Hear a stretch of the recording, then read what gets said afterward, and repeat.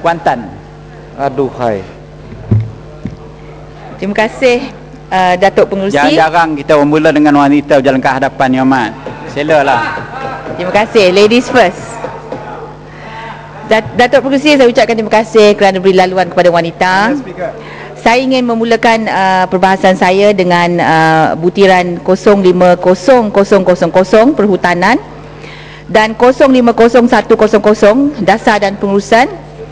Saya ingin bertanya kepada kementerian, apakah yang dilakukan oleh kementerian di dalam memastikan tidak berlaku excessive logging dengan izin ataupun pembalakan yang berlebih-lebihan di dalam satu-satu kawasan.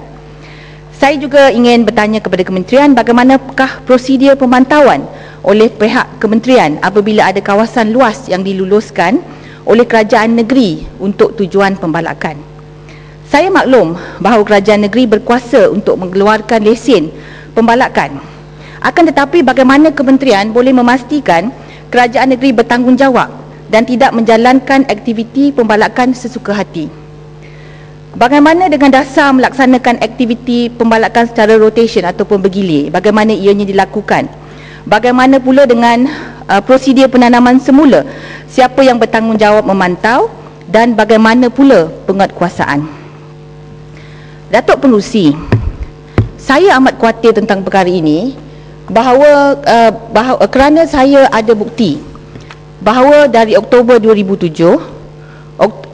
Oktober 2008 sehingga Mac 2009, maksudnya daripada jangka masa Oktober 2007 dan sehingga Mac 2009, di Pahang ada sebanyak 74 kompartmen tanah pembalakan telah diluluskan untuk tujuan pembalakan di 2 hutan simpan di beberapa mukim sekitar Kuantan.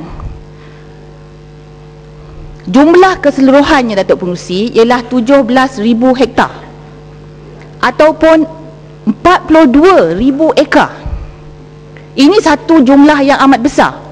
Walaupun kelulusannya dalam kompartmen yang kecil-kecil, tetapi apabila dijumlahkan, ianya jumlah yang begitu besar. Datuk Pengerusi, saya ada bawa peta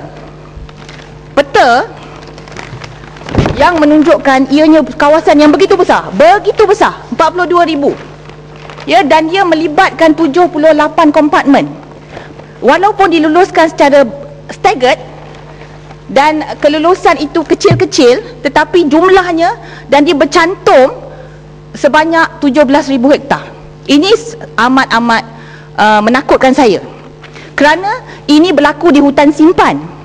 2 hutan simpan, iaitu hutan simpan Berkelah dan hutan simpan Reman Cereh, ya, dekat dalam mukim Kuantan, di atas Sungai Lembing sikit.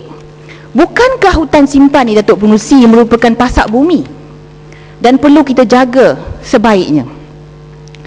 Demi menjaga alam sekitar, bukankah kerajaan negeri seharusnya berusaha untuk menjadikan kawasan hutan simpan ini ditukar status kepada hutan simpan kekal?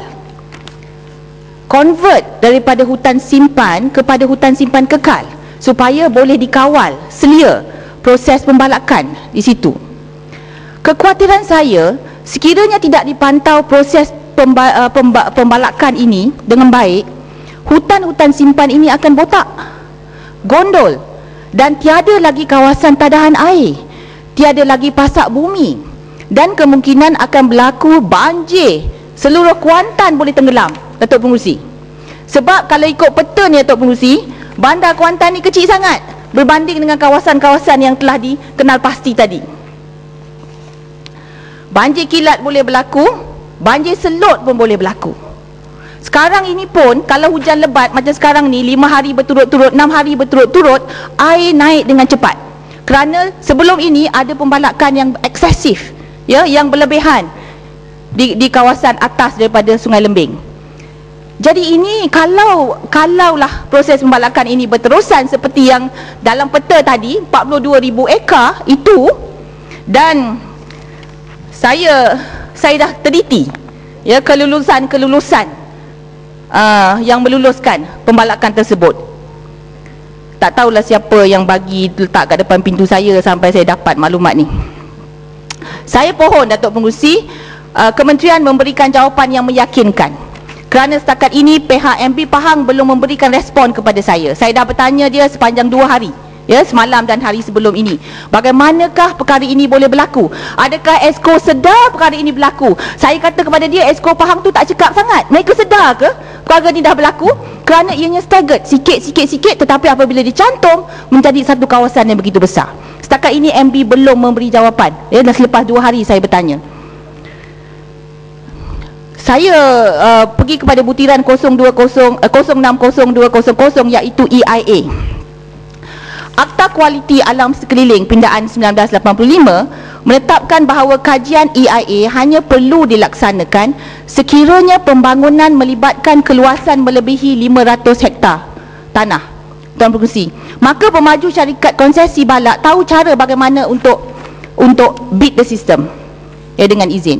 Mereka buat permohonan yang kurang dari 500 hektar dan mereka selamat, tak perlu melalui EIA. Mereka letak 499 pun mereka boleh selamat dengan satu permohonan.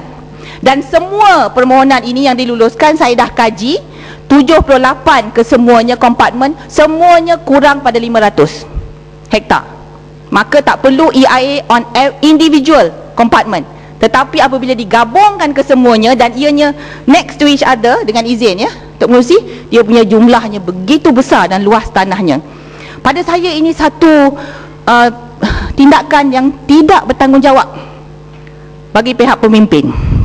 Soalan saya, apakah tindakan kementerian untuk mengatasi masalah ini? Apa yang kementerian sedang buat? Apa kementerian boleh buat?